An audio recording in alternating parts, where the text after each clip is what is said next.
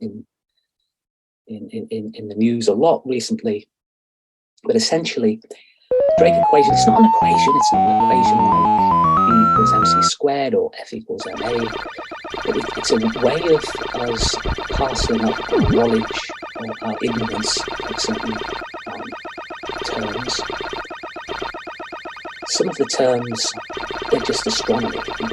We either know there was the answers, the size of the number, or we can figure it out, or we will figure it out. Some of the terms towards the end of this equation, they're completely unknown and probably will remain unknown. So it's not a predictive equation, but it lets us make some mistakes. And whenever I go through this with students or with groups such as yourself, we end up with a typical estimate of there being perhaps 10,000 civilizations out there. In crude terms, that's because there's a large number involved in this Drake equation, which crudely is just the number of places where life potentially could get going.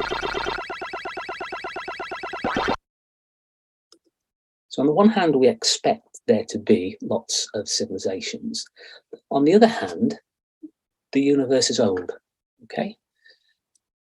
If we adopt the Copernican principle, we cannot deny that other civilizations can have their own exponentially increasing technology. We've just seen what we have done, our civilization, over the past 40 years. Well, other civilizations could have been progressing for millions of years, hundreds of millions of years. Those Ray Harryhausen stop motion films where you have Stegosaurus fighting Tyrannosaurus couldn't happen because those creatures were separated by oceans of time.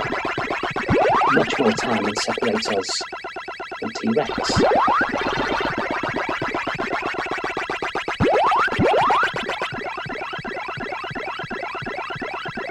So why is it called the Fermi paradox, this idea that on the one hand we expect to see them and on the other we don't? Well, it's because of this guy, Enrico Fermi, the last man who knew everything he was being called. He didn't, but he was the last physicist who was a great theorist and a great experimentalist. He was also a terrific mental calculator, renowned for his ability to provide an order of magnitude answer to difficult problems. And I won't go through the story today, but briefly he was shown a cartoon at the height of the flying saucer craze in the early 50s. America, cartoon showed some aliens taking some waste trash cans from New York City and taking them back to their home planet. And he looked at this cartoon and he asked, where is everything? And we know from what Fermi was like that he would have generated in his mind the Drake equation, put some numbers in, and come up with this typical idea that there might well be 10,000 civilizations out there, maybe more. But if they're older than us, and they follow this path of technological progression that seems to be exponential, why aren't they here? Where is everybody? And just to drum this home, I think we have to adopt what I'd call a Stapledonian mindset. Okay, so Olaf Stapledon, he was a British philosopher. He was concerned with humanity's long-term future.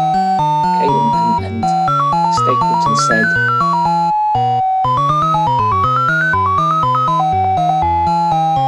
don't think in terms of years or even decades. You know, what can we do as a species over hundreds of years, thousands of years, tens of thousands of years, if we survive?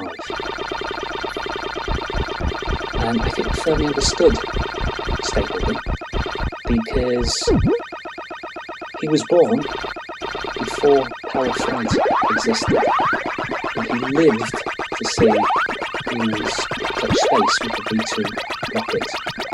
Had he lived to be an old man, he would have seen us just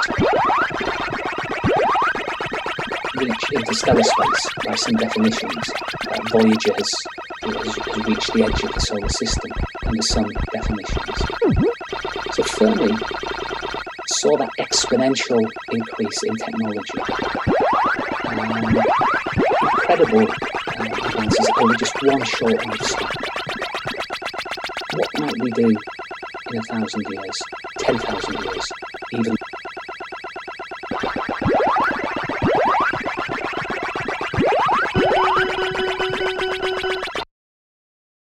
longer? And that's the Fermi paradox. If lots of civilizations exist and they progress for millions of years, why aren't they here? The colonization time of the galaxy, if you have a species that says there's all this real estate out here, let's go and claim it, it's roughly 1 million years. You can imagine an advanced species doing it. And even if they don't want to do that, and colonization is nonsense, the rest of it, they should still be able to disturb the universe in ways that we can detect, and we haven't. Okay, so where is everybody? There are lots of different ways of approaching this question. Following that Asimov article on the Fermi paradox, I got into the habit of collecting different approaches to this question, and published a book with 75 different approaches. And I don't have time, I don't want to go through every single approach in that book, but I'd like to give you a flavour of the sorts of thinking that people have adopted. And let's look at 3 different approaches. So there's a class of approach that says, well, maybe they're here, in which case there's no paradox, is there? They're here. Maybe they exist, but we just haven't seen or heard from them. That's the straightforward observation. Or maybe they don't exist. Maybe we're alone. So let's look at some approaches based on this idea that they're here. Okay, and that is actually probably the most popular resolution of the paradox. Okay, that should not sway us. I mean, science is not a democratic process just because it's a popular opinion. We have to look at the evidence. Okay, so let's look at a few of the options. So, yeah, flying saucers, that would be probably the most popular resolution of the paradox. They're here, and the proof is flying saucers, or crop circles. I can't prove that all crop circles have been created by people, but I know for a fact that people have created crop circles using bits of wood and rope. Relatively easy to do. Given that that's the case, I think it's reasonable to suppose that all crop circles have been created by blokes with too much time on their hands going into bits of field with rope and bits of wood. Similarly, the quality of the evidence of flying saucers is not strong. For this particular one, it was a deliberate fake. I'm not saying that all flying saucer photographs are faked, far from it. But frankly, if you spend much time looking at the sky and you don't see something that you can't identify, that's quite strange. I certainly have found lots of things that I can't identify. The chain of evidence that links from that to it being an extraterrestrial craft would not stand up in court. The idea of flying saucers or UFOs has had a bit of an upgrade in recent years. They're now called unidentified aerial phenomena, UAPs. And these are actually rightly being taken seriously because the military seem to be involved, and we don't want the military misidentifying things if they've got fingers on the triggers, you don't want them sending stuff out by accident. So it's quite right that these things are being investigated, and they are. But I was at a SETI permanent committee meeting this morning, and we were discussing where SETI science fits in with all of this. And the general consensus in that committee is, well, why involve us from the outset? Okay, we have a certain set of skills as astronomers or as physicists, but that's not necessarily the skill set we need to investigate this problem. We might call on psychologists, meteorologists, engineers of all sorts of descriptions, instrument experts, to figure out what these things might be. Before you get calling people whose expertise is to beyond their history. So again, the quality of evidence that UAPs equate to extraterrestrial intelligence, I would argue, is weak. Others might not. If they're not here on Earth, maybe they're here in the solar system.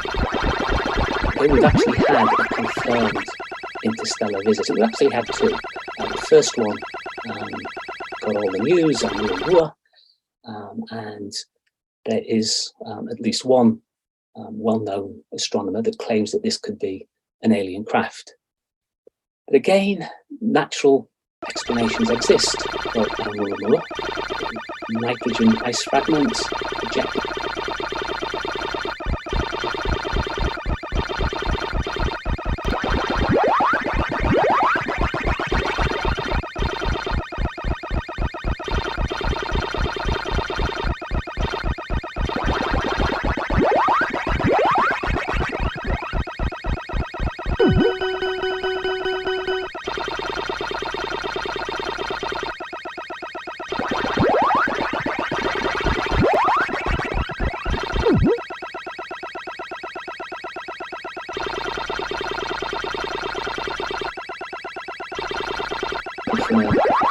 From an early star system.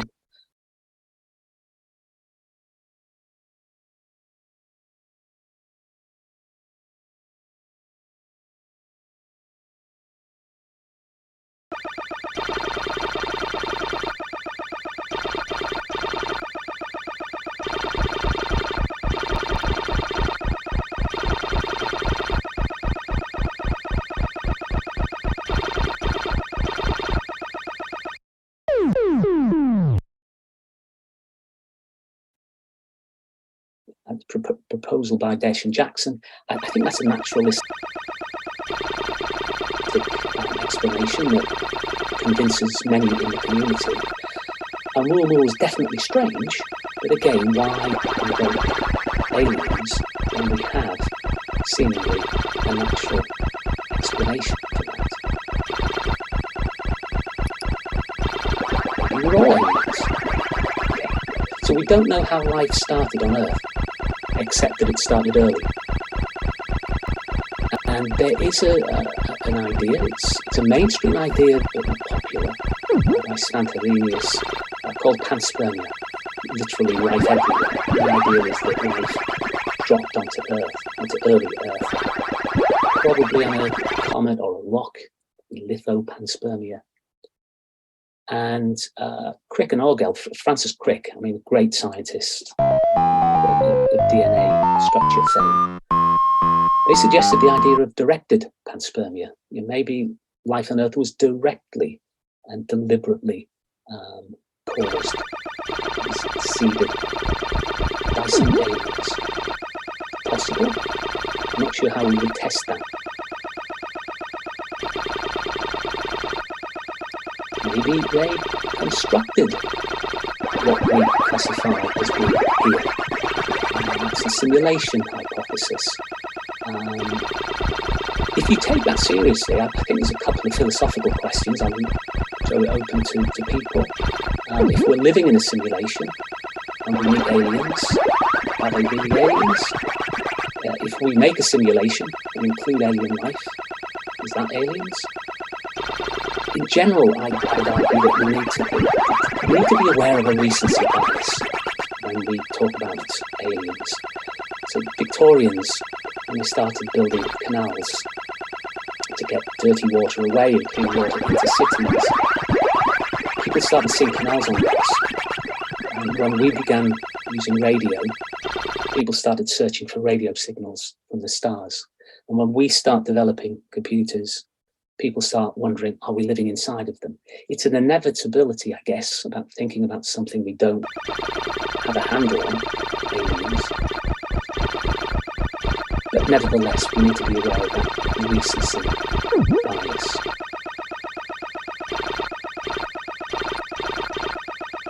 Maybe they're here but avoiding us.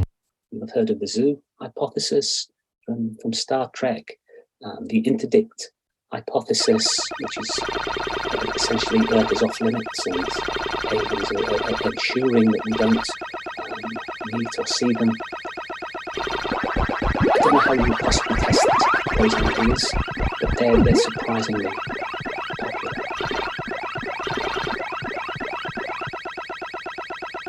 So those are a few, I hope I've given you a flavour of some of the approaches that you can take with this idea that aliens are here. I think that's a popular approach, but scientifically, I'd argue that the default position is that aliens exist, extraterrestrial intelligence exists, it's out there, we just haven't seen it yet, for a variety of reasons. And again, all sorts of different viewpoints you can take if you adopt that position. And again, let's look at just a few of them. Maybe they're just too far away. Okay, the universe is big, the galaxy is big. That yellow dot this is the representation of the galaxy, as we imagine it is. That yellow dot there is the extent of human radio broadcasts. So anything outside of that yellow dot, in principle, has not received anything from Earth yet. That's not to say that civilizations outside of that dot might not know that there's something interesting about Earth, just as we want to characterize exoplanetary atmospheres and are starting to do so with James Webb. Civilizations outside of that dot might have been doing that for Earth for millions of years, and they'd know that there's certainly something strange about our atmosphere, water vapor and oxygen and so on. But it does give you an idea that the galaxy is big, and maybe that is sufficient to explain why we haven't seen any evidence of aliens. But I would say, keep in mind this idea of deep time, exponential progress of technology, and that in principle you can come up with colonization schemes that sweep through the galaxy on the order of about 1 million years. Of course, they don't have to travel. They could stay at home if they decide that colonization is too difficult or too expensive or something you shouldn't do. They can transmit. They can transmit their Encyclopedia Galactica.